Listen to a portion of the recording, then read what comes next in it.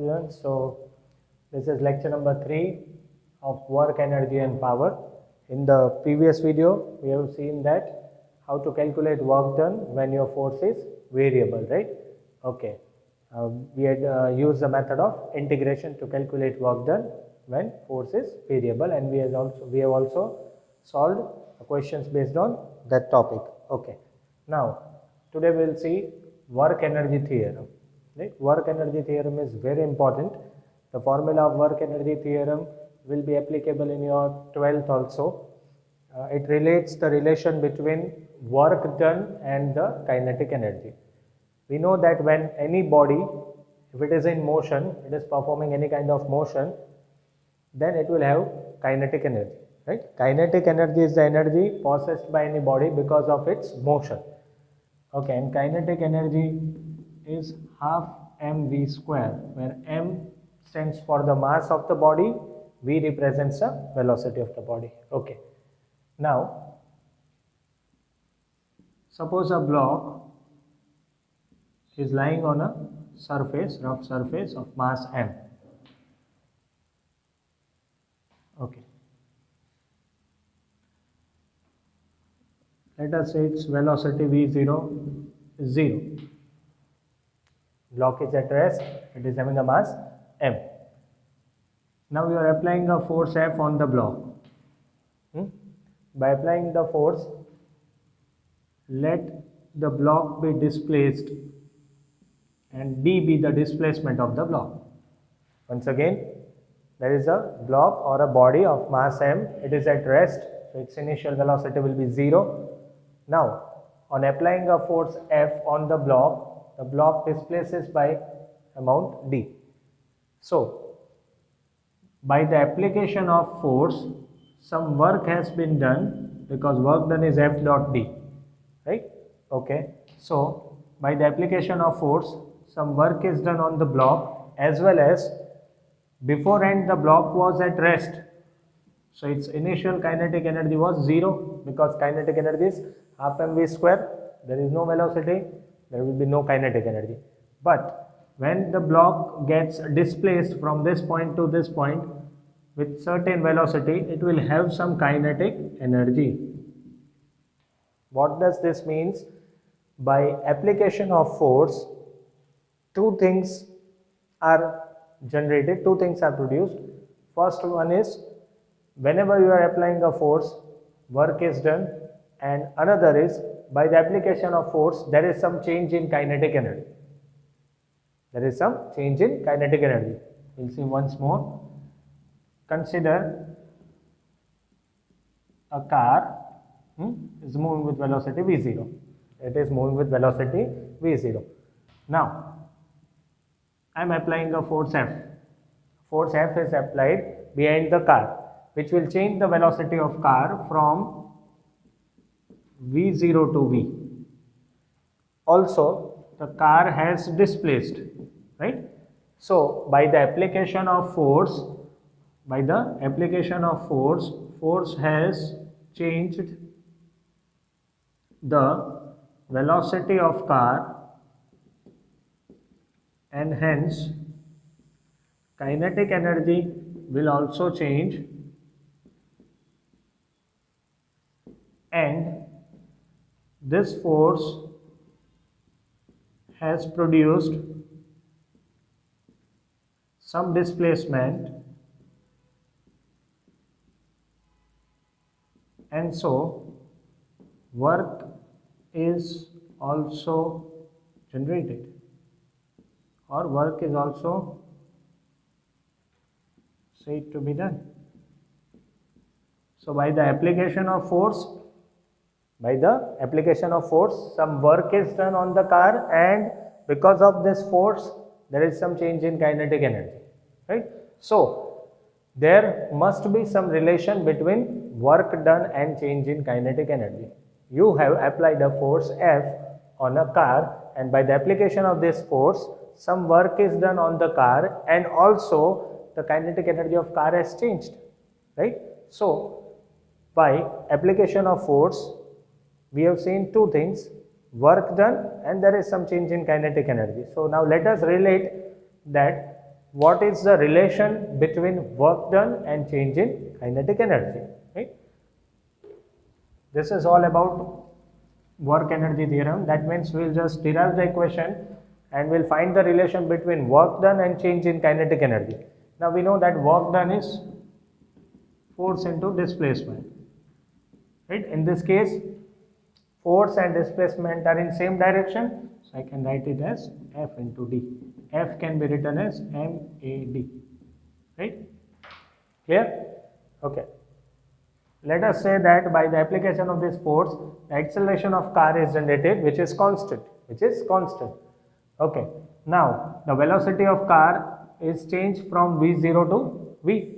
So, we can use this equation, V square minus V0 square equals to 2AD. This was the equation for uniformly accelerated motion. So, definitely car is moving with a constant acceleration. So, acceleration of car is constant. So, whenever acceleration is constant, we can use any of the equation out of 3 equations, right? So, from this, V square minus V0 square upon 2 equals to D, V square minus V0 square upon 2 equals to AD, right? Substitute the value of AD in this equation. So, we will have work done equals to M into, instead of AD, I will write it as V square minus V0 square by 2. So, simplify, mv square by 2 minus mv0 square by 2. So, work done is equals to half mv square minus half mv0 square. What is half mv square? Kinetic energy, and v is the final velocity. So, half mv square will represent final kinetic energy minus half mv0 square. V0 was the initial velocity. So, half mv0 square will be the initial kinetic energy. So, work done is equals to delta K. This is your work energy theorem, where work done is equals to change in kinetic energy. Very important. This formula is very important, and this work energy theorem is applicable to both the kind of forces, whether force is constant or whether force is variable, right? We'll just take a short recap. Suppose a car of mass m is moving on a straight road with a velocity v0, right? Now we are applying a force F. By the application of this force, the velocity of car changes, right? And the car displaces. That means by the application of force, in short, some work is done on the car and also the kinetic energy of car is changed. So there must be some relation between work done and change in kinetic energy. Now we know that work done is force into displacement, F dot D, right? But F is equals to M into A. So work done is MAD. Now car is moving with constant acceleration. So we can use the equations for uniformly accelerated motion. Third equation, v square minus v0 square equals to 2ad. So v square minus v0 square by 2 equals to ad. Substitute the value of ad in this equation, then work done will be equals to m into, instead of ad we can write it as v square minus v0 square by 2. So finally work done is mv square by 2 minus mv0 square by 2. So this is final kinetic energy, this is initial. So the relation between work done and kinetic energy is equals to, work done will be equals to change in kinetic energy. This theorem is known as work energy theorem. It is applicable to both the kind of forces, whether it is constant or whether it is variable. Right? Now let us solve the questions based on this concept. Okay, so we'll solve 2 questions based on work energy and work energy theorem.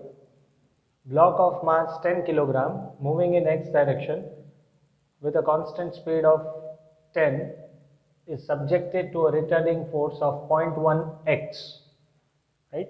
There is a block of mass 10 kg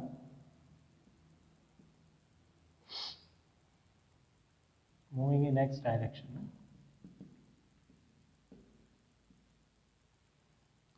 Initial speed is 10, it is subjected to a retarding force of 0.1 x.